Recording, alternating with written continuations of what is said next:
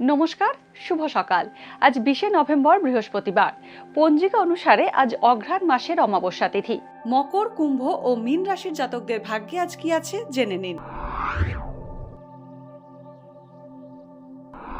মকর রাশি, আজ বড়সড় আর্থিক বিনিয়োগ থেকে বিরত থাকুন। ব্যবসায় লাভ হবে।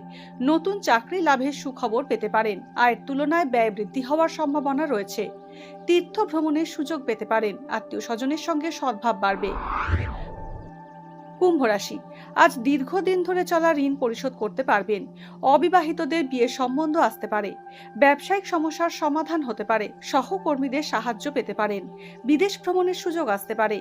ব্যবসায় ক্ষতির আশঙ্কা আছে। বাবার শরীর স্বাস্থ্য নিয়ে উদ্বেগ বাড়বে।